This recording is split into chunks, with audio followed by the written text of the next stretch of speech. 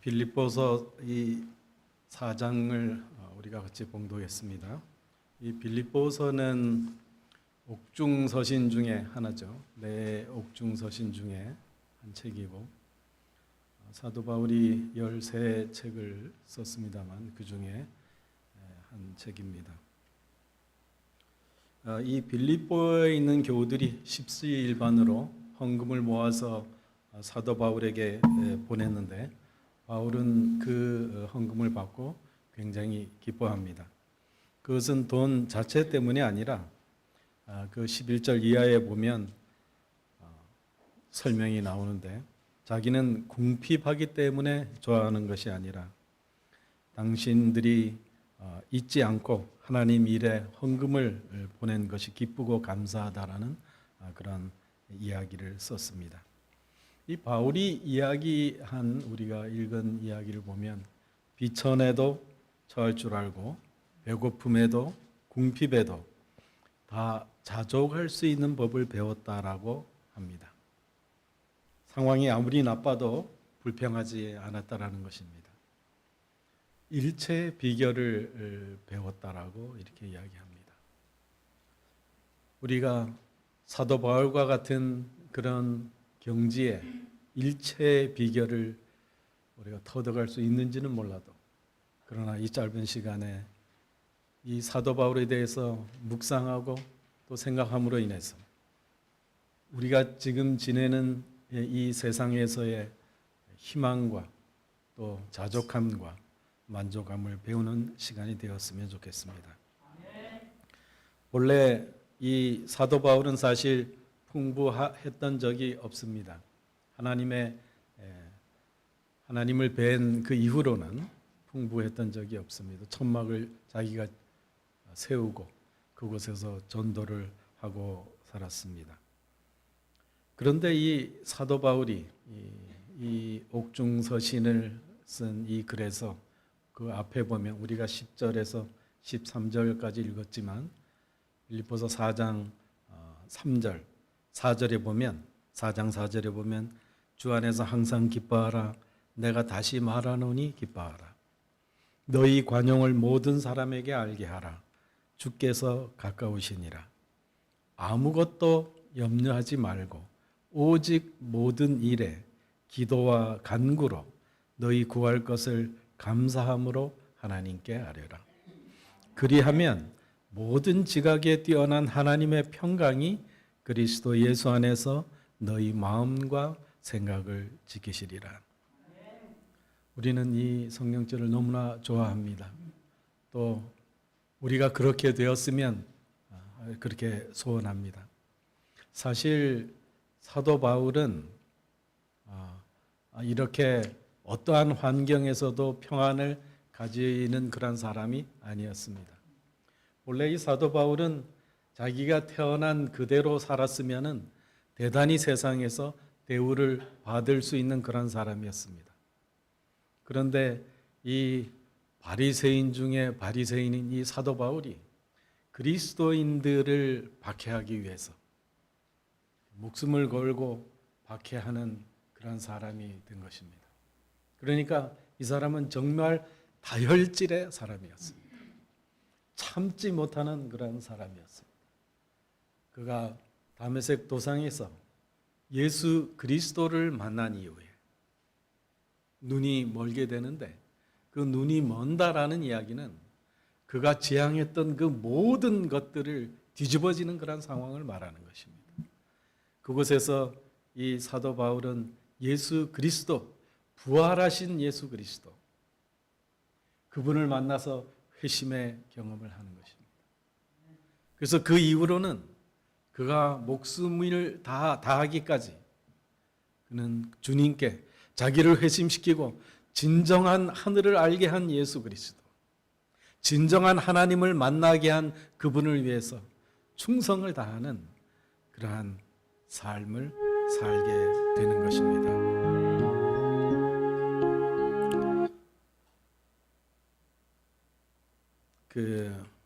미국에는요,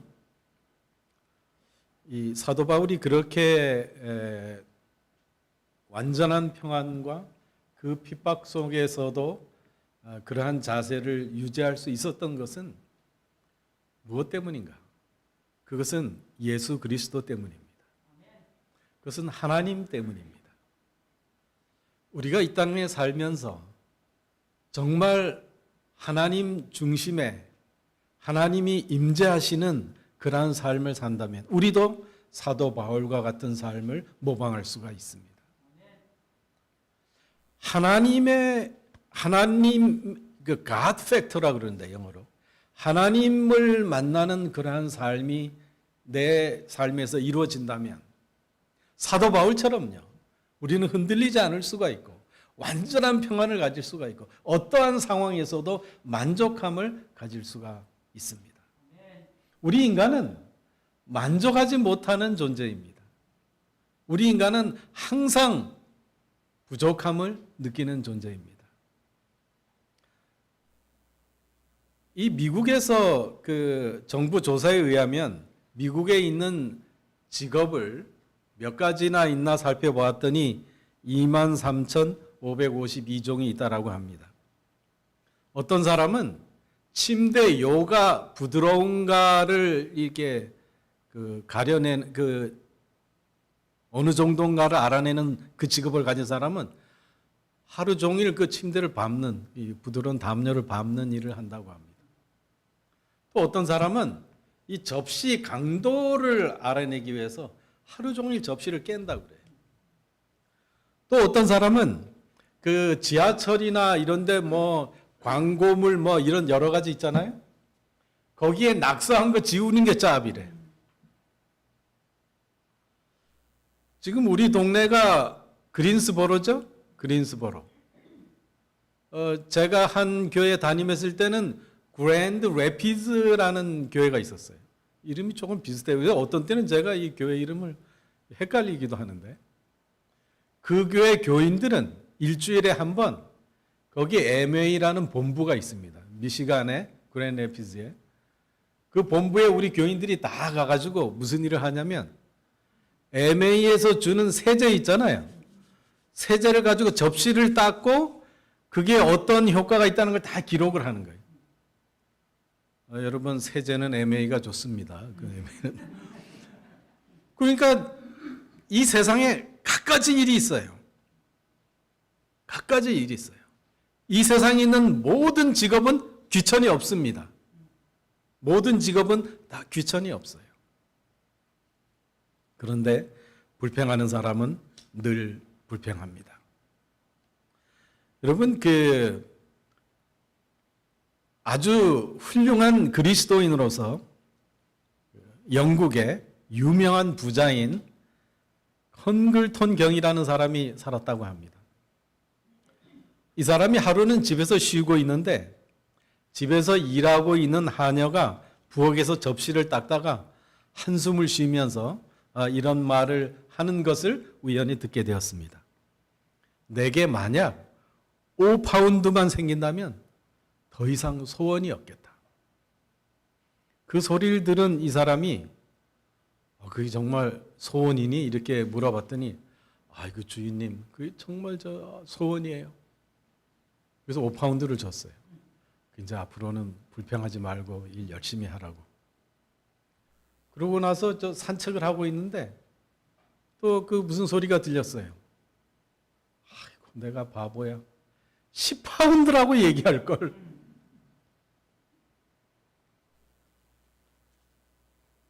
은을 사랑하는 자는 은으로 만족함이 없고 풍부를 사랑하는 자는 소득으로 만족함이 없나니 이것도 헛되도다.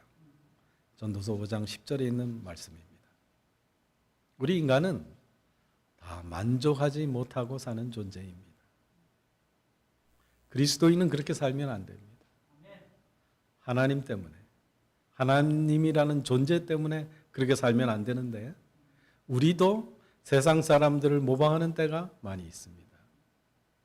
미국의 한 여론조사에 의하면 만약에 당신이 당신 외모를 바꿀 수 있다면 바꾸겠습니까? 라는 설문조사를 했더니 남자의 94%는 얼굴을 바꾸겠다. 여자의 99%는 얼굴을 바꾸겠다고 대답을 했습니다. 이 말은 무슨 뜻인가?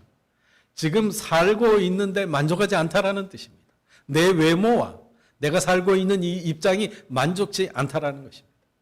지금의 시대는 만족하는 시대가 아니라 불평하는 시대입니다. 혹시라도 내가 이 정도면 만족하다라고 생각할지라도 다른 데 나가서는 내가 만족하지 않다라고 이야기를 하는 것입니다. 불평의 시대에 살고 있어요. 그래야 나는 강한 사람이 되고 그래야 나는 돌아오는 게 있다라고 생각하는 시대에 우리는 살고 있는 것입니다. 여러분 6.25 직후에 우리나라 국민소득이 얼마였는지 아세요? 저도 몰랐는데 책을 보니까 70달러였다고 합니다. 1인당 국민소득. 지금은 얼마일까요? 32,000불. 그게 몇 배일까요? 400배. 저는 계산하고 나왔으니까. 400배. 그러면 6.25 이후에 400배가 넘는데 지금 소득이. 그때보다 400배 이상 행복할까요?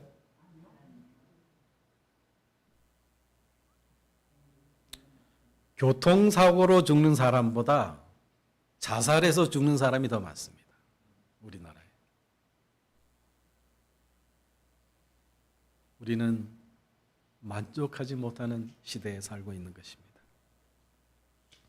한국의 인터넷에 이런 이야기가 또 돌았다고 합니다. 제목은 중산층 별곡. 중산층 별곡. 거기에 뭐라고 썼냐면 중산층의 기준에 대해서 이렇게 썼습니다. 대출 없이 30평 아파트를 소유하고 월 급여가 500만 원 이상이고 2000cc급 중형차를 타고 다니고 은행에 예금 잔고가 1억 원 이상이 있고 1년에 한 번 이상 해외여행을 하는 사람. 이것이 그 직장인들이 생각할 때 중산층이라고, 한국의 중산층이라고 얘기했는데 제가 들어보니까 이건 초고급 부유층이야, 내가 보니까. 그러니까 그 직장에 다니는 사람들의 희망사항이겠죠. 자, 그런데 다른 나라도 자기네 나라의 중산층을 정의한 게 있습니다. 프랑스는 이렇게 정의했습니다. 그 옛날 뽕피드 대통령이 그렇게 말했다는 거예요. 외국어 하나는 할 수 있어야 하고 직접 즐기는 스포츠가 하나 있어야 하고 다룰 줄 아는 악기가 하나 있어야 되고 남들과 다른 맛을 낼 수 있는 요리를 만들 수 있어야 하고 약자를 도우며 봉사활동을 꾸준히 해야 하고 공분에 의연히 참여해야 된다. 공분이라는 것은 많은 사람들에게 반대가 되는 그런 일이 있을 때는 자기가 영국 옥스퍼드 대학에서 제시했습니다. 첫째로 페어 플레이를 할 것. 두 번째, 자기 자신의 주장과 신념을 가질 것. 세 번째, 독선적으로 행동하지 말 것. 네 번째, 약자를 두둔하고 강자에 대응할 것. 다섯 번째, 불의, 불평, 불법에 의연히 대처할 것. 자, 우리가 살고 있는 미국 공립학교에서 가르치는 중산층, 자신의 주장에 떳떳하고 사회적인 약자를 도와야 하며 부정과 불법에 저항하며 그 외에 테이블 위에 정기적으로 받아보는 비평지가 있어야 한다. 그 말은 늘 자기 자신을 살펴보고 평가한다는 뜻이죠. 여러분 어떻습니까? 우리나라 중산층이 갖고 우리나라의 직장을 가진 사람들이 갖고 있는 중산층과 외국인들이 갖고 있는 그런 중산층은 많이 차이가 나죠.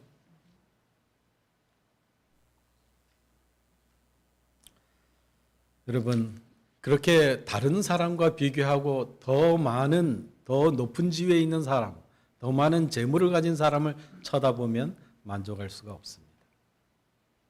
내려다보는 삶을 살아야 합니다. 내려다보는 삶. 이 이야기는 여러분 들은 이야기지만 한번 다시 우리가 들어보면서 한번 생각해 보시기 바랍니다. 내려다보는 삶. 지금 현재 전 세계 인구가 얼마쯤 되는지 아세요? 네? 73억, 75억, 77억? 저는 찾아보고 나왔지 않겠습니까? 78억이 넘습니다. 78억. 70억이라고 들었던 때가 오래지 않은 것 같은데 지금 78억이 넘는다라고 합니다. 자, 그 정도 사는 사람들 중에 지금 집에 전기가 들어온다면 감사하십시오. 세상에 전기의 혜택 없이 사는 사람들이 20억 명이 넘기 때문입니다. 집에 수도 시설이 되어 있다면 감사하십시오. 그러지 못해서 아무 물이나 마시는 사람들이 10억 명이 넘기 때문입니다. 하루 1불로, 하루 1달러로 생활할 수 있다면 감사하십시오.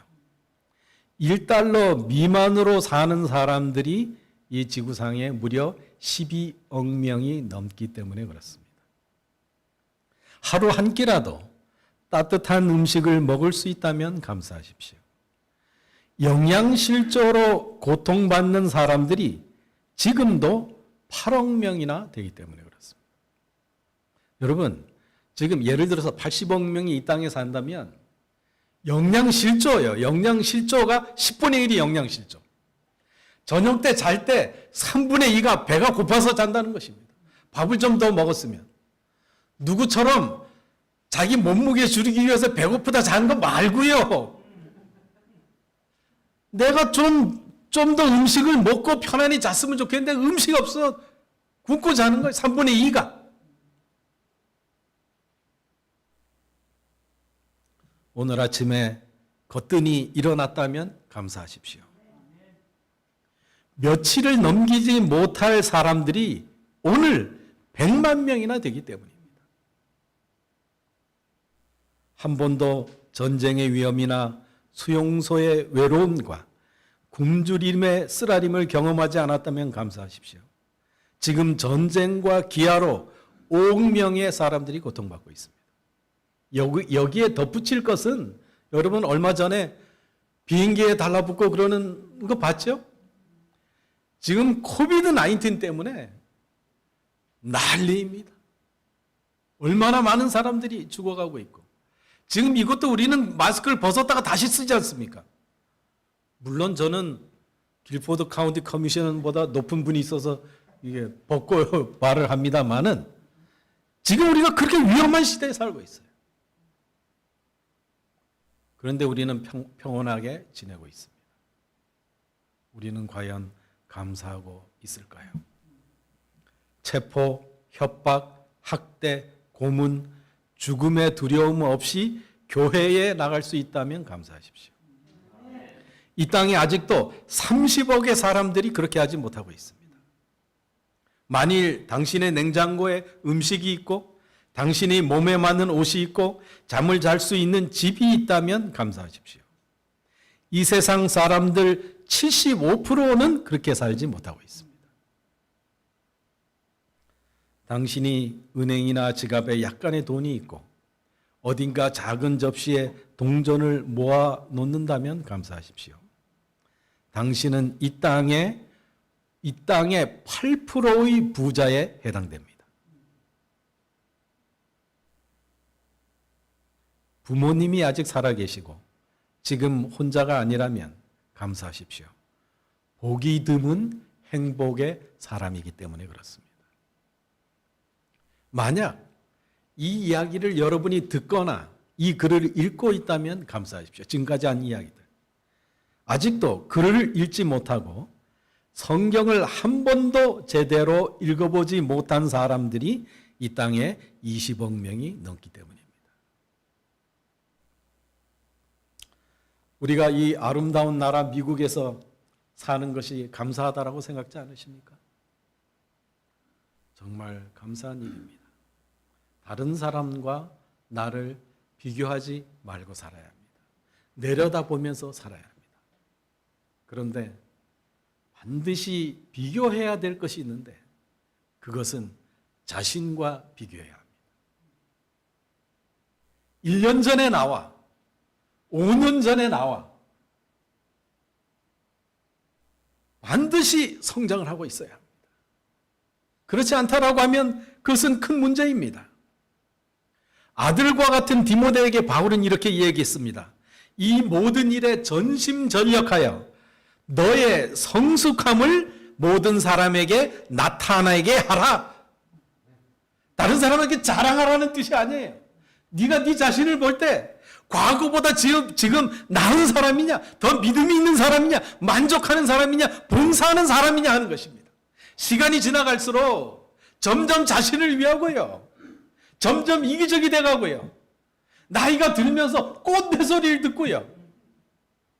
제가 그 중에 한 명입니다. 뭐 집사람이 있으니까 뭐 어떻게 제가 변명을 하겠습니까?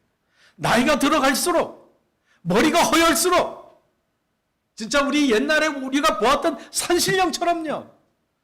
우리가 도를 깨닫고 넉넉하고요. 작은 것에도 감사하고 만족하는 사람들이 되어가고 있는가 하는 것입니다. 서양 어느 마을에 아주 돈이 많은 백만장자가 있었습니다. 정말 돈 많은. 요즘은 백만장자를 그렇게 크게 치지 않는 것 같아요. 밀리어네어가 아니라 뭐라고 그러죠? 빌리어네어라야 뭐 이제 좀 돈 좀 있다고 치는 것 같은데 그 옛날에는 아주 그런 부자가 있었습니다. 일평생 독신으로 살면서 돈 모으는 재미로 이 사람은 살았습니다. 그런데 한 번은 그가 주식 투자를 잘못해가지고 막대한 손실을 보게 되었습니다. 그래가지고 자기가 그 남아있는 돈이 얼마인가 그 잔고를 조사해 봤더니 10만 달러밖에 없었어요. 10만 달러를 현금으로 갖고 있으면 이제 한 1억 정도 되는 거죠. 그런데 그는 돈이 너무 적어서 그 충격 때문에 심장마비로 죽었습니다. 그에게 유일하게 남아있는 혈육이 조카가 멀리 떨어져 살고 있는데 이 조카는 아주 찢어지게 가난하게 살았어요. 진짜 풀칠하면서 사는 이 사람이 자기도 모르는데 그런 관계가 있는지도 몰랐는데 자기 통장에 10만 불이 들어왔어요. 이 사람은 너무 충격에 심장마비로 죽었습니다. 자, 똑같은 10만 달러인데 어떤 사람은 적다고 죽고 어떤 사람은 너무 많아서 충격으로 죽었어요. 어떤 사람은 비천에 처할 줄 몰라서 죽고 어떤 사람은 풍부에 처할 줄 몰라서 죽는 것입니다. 우리는 어느 쪽입니까?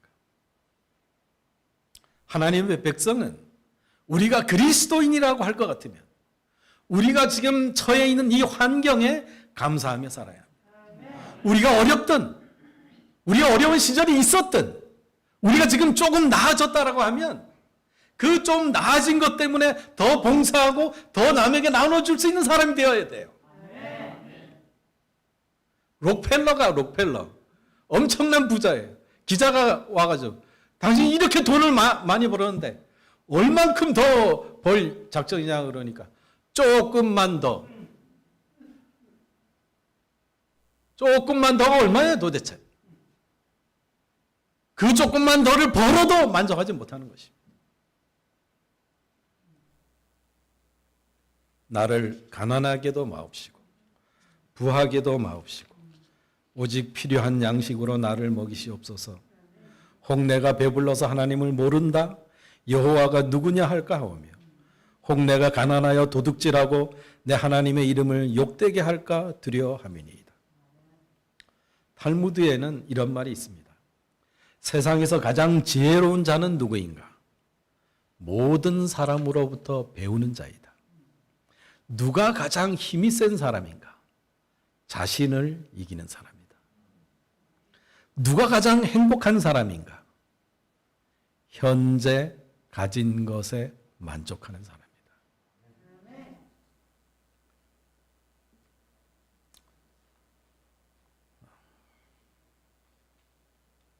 여러분, 우리 그리스도인은 어려울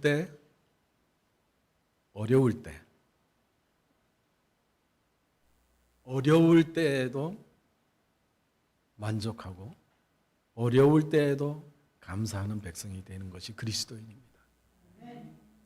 만약에 내 자녀가 뭐 아주 괜찮은 대학에 입학했어. 너무 좋아해, 부모가. 아들이 원하는 좋은 대학에 들어갔으니까. 그런데 무슨 소식을 들었어요? 옆집 아이가 더 좋은 대학에 들어갔어. 그러니까 불행해졌어.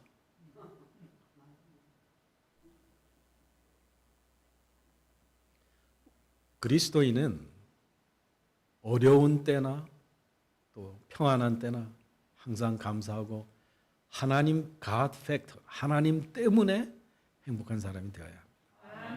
우리나라 옛날 말에 여러분 다 들어서 아시는 말인데 인간 만사 세옹지마라는 말이 있죠. 인간 만사 세옹지마. 여러분 그 내용을 한번 제가 가르쳐 드릴 테니까 한번 들어보시고 곰곰이 생각해 보시기 바랍니다. 노인이 기르던 암말이 자기 이런 암말이 오랑캐 땅으로 도망을 갔어요. 그 당시 말 한마디는 한 가정에서 상당한 재산이 되기 때문에 많은 사람들이 그 재산이 나갔으니까 그 할아버지한테 가서 위로를 했어요. 아이고 얼마나 속상하시냐고. 그런데 이 노인은 뭐라 그랬냐면 말을 잃은 것은 내가 말을 갖고 있기 때문이니까 뭐 그럴 수 있는 게 아니겠냐고. 그런데 그 도망쳤던 그 암말이 한참 후에 순말을 자기 짝을 데리고 집으로 들어왔어요. 그러니까 동네 사람들이 아이고 경아드린다고 축하한다고. 그런데 우리 집에 그 집에 그 할아버지 집에 아들이 하나 있었는데 그 아들이 그 순말을 타고 놀다가 떨어져서 다리가 부러져서 바보가 됐어요. 그러니까 그 동네 사람들이 아이고 위로를 하는 거예요. 아이고 순말이 들어왔으니까 그런 일이 생기지 않았겠냐고. 이 노인이 또 그렇게 얘기했어요. 그날에 전쟁이 났습니다. 모든 젊은이들이 다 전쟁터에 갔는데 이 바보가 된 얘는 못 데리고 가. 아이고 이거 어떻게 그런 일이 있냐고 축하한다. 우리 아이가 다리가 부러지지 않았으면 어떻게 그런 특혜를 누릴 수가 있었겠습니까? 이 모든 것이 마음에 달려 있다라는 것입니다. 마음에 달려 있다라는 것입니다. 세상에서 살다 보면 비천에 처할 때도 있습니다. 사망의 음침한 골짜기를 지날 때도 있습니다. 내가 사랑하는 사람이 먼저 세상을 떠날 때도 있습니다. 바울은 그 모든 상황에서 자기는 비천에 처할 줄도 알고 풍부에 처할 줄도 알고 일체의 비결을 배웠는데 그것은 무엇 때문이요? 예수 그리스도를 만났기 때문이다 이렇게 고백했습니다. 여러분 옛날에 그 한 사람이 오너 숄맨이라는 미국 화가가 있었는데 이 사람이 그 유명한 화가인데 자기 아내가 이제 아이도 갖고 임신하고 그랬는데 자기가 임파선 암이 걸렸다는 걸 알게 됐어요. 그런데 그 의사가 말하기를 3개월까지 살 수 있다라는 진단을 받았습니다. 그때 이 화가 슐맨이 자기 아내에게 뭐라고 그랬냐면 우리 감사합시다.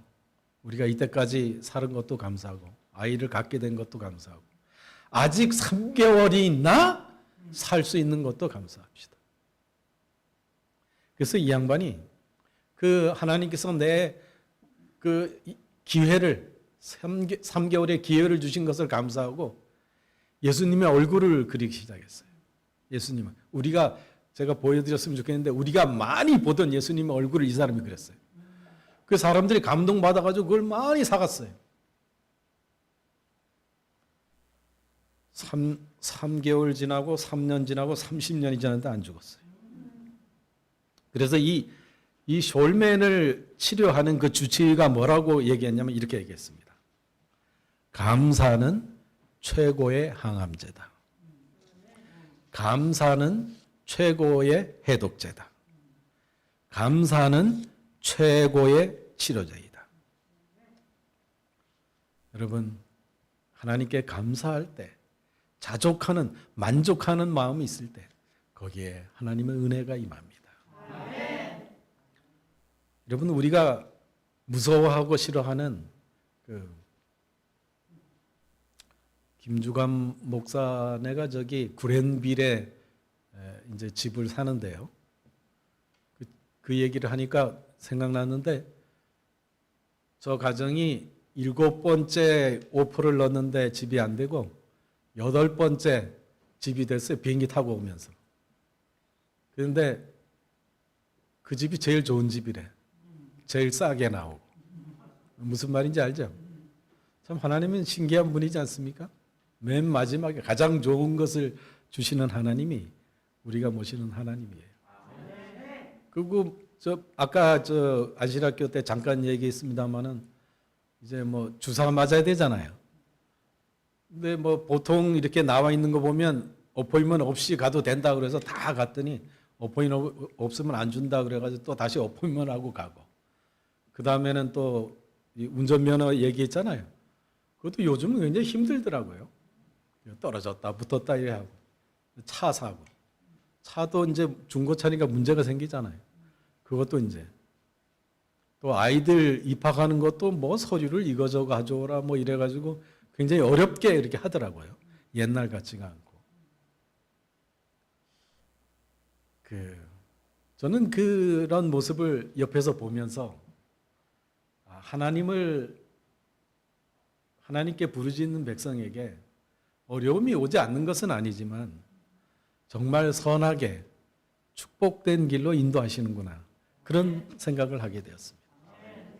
우리가 어려움을 당했을 때 그리스도인의 태도가 굉장히 중요합니다. 어려울 때 그 사람은 어떻게 하는가? 자기 자녀가 아프면 교회를 떠나는 사람 많아요. 그 사람 집에 제가 7개월을 다니면서 사정했어요. 교회를 나오라고. 안 나옵니다. 그렇게 훌륭하게 교회에 봉사하고 엄청나게 훌륭한 그리스도인, 그 부모가 모태교인이고, 네? 저기 어디 나간 선교사들 그냥 자기가 지원하고 말이지. 외방 선교사들. 그렇게 훌륭한 사람도 자기 아이가 아프면 안 나와요. 교회 안 나와요. 여러분, 아까 그 구렌빌 얘기를 왜 얘기했냐면, 그 집에 보험을 드는데 그린스보로 랄리하고 전혀 다르대. 거기는 집보험료가 굉장히 비싸대. 왜 그런지 아세요? 태풍이 거기 올 가능성이 있대, 바닷가라서. 그런데 여러분, 이 태풍이 오면 우리를 굉장히 우리가 두려워하고 아주 걱정을 하고, 보험도 그렇게 비싸고. 그렇지만 태풍이 와야 된다는 것입니다. 태풍이 안 오면요, 이 해원 온도가 올라가가지고 그 밑에 있는 해주들이 다 죽는데요. 그래서 태풍이 와가지고 그걸 가끔씩 뒤집어 놔야 그 오촌에 있는 사람들 양식을 따가지고 산다는 거예요. 신기하지 않습니까? 시간이 많이 가서 제가 노새 얘기 하나만 하고 마치겠습니다. 노새. 어떤 사람이 노새를 기르고 있었어요. 노새 젊어서 노새가 아니고 말하고 당나귀, 그 다음에 노새, 아시죠? 노새. 그 노새를 기르고 있었는데 이 노새가 물구덩이에 빠졌어. 그러니까 물이 나오는 구덩이인데 얘가 물은 없고 얘가 이제 거기 빠진 거예요. 그래가지고 이 노새가 그냥 뭐 자기 살려달라고 난리를 칠 거 아니에요? 주인이 그 소리를 듣고 이렇게 싹 가봤더니 지금 일이 그렇게 된 거예요. 자기 노새가 그 밑에 빠졌고 이게 깊은 거야. 야, 이걸 어떡하나 가만히 생각해 보다가 아이디어가 나타났어. 동네 사람들을 불렀어. 거기다가 삽을 가지고 흙을 덮는 거예요. 왜 그런가 하면은 그 노새가 이제 아주 늙어가지고 쓸모가 없어. 네? 그런데다가 그 우물은 덮어야 되는 우물이야. 물도 안 나오고. 그러니까 동네 사람 다 와가지고 삽으로 이제 흙을 깨얹는 거야. 그러니까 이 노새가 그걸 아는 거예요. 자기 죽이는 거를. 아주 온갖 비명을 다 지르는 거야. 그러다 얘가 잠잠하더래. 그런데 사람들이 자꾸 이제 흙을 덮을 거 아니에요? 그러다가 주인이 깜짝 놀랐어. 이렇게 밑을 내려다보니까 이놈이 흙이 막 내려오잖아요? 가만히 있다가 털고 싹 올라가더래. 또 흙을 이제 계속 넣으니까 이거 털고 또 얘가 또 한 발자국 또 올라가더래. 이놈이 나왔어요. 여러분이요, 우리는 이 땅에 살면서 어려움이 옵니다. 아직까지 큰 어려움을, 고난을, 박해를요, 정말 말할 수 없는 그 어려움을 겪지 못했다는 사람은 기대하십시오. 반드시 오게 돼 있어요. 중요한 것은 우리가 하나님을 믿는 사람일지인데 결코 실망하지 아니하고, 그러한 어려움이 온다 할지라도 그것이 나에게 디딤돌이 될 수 있다라고 생각하고, 하나님은, 여호와는 나의 선한 목자시니, 네, 그렇습니다. 그분이 나를 선한 길로, 지금 어려움이 있다라도 목초지로 사망의 음침한 골짜기를 다닐지라도 해를 두려워하지 않는 것은 그분이 우리의 하나님이시기 때문에 그렇습니다. 그분이 우리를 보호하신다라고 하셨고, 그분이 우리가 죽는다 할지라도 부활을 약속하신 분이기 때문에 그렇습니다. 사랑하신 여러분, 우리가 사도 바울처럼 일체의 비결을 터득하고 정말 이겨내고 승리하는 믿음에서 그런 그리스도인들이 되시길 바라면서 말씀을 드리겠습니다.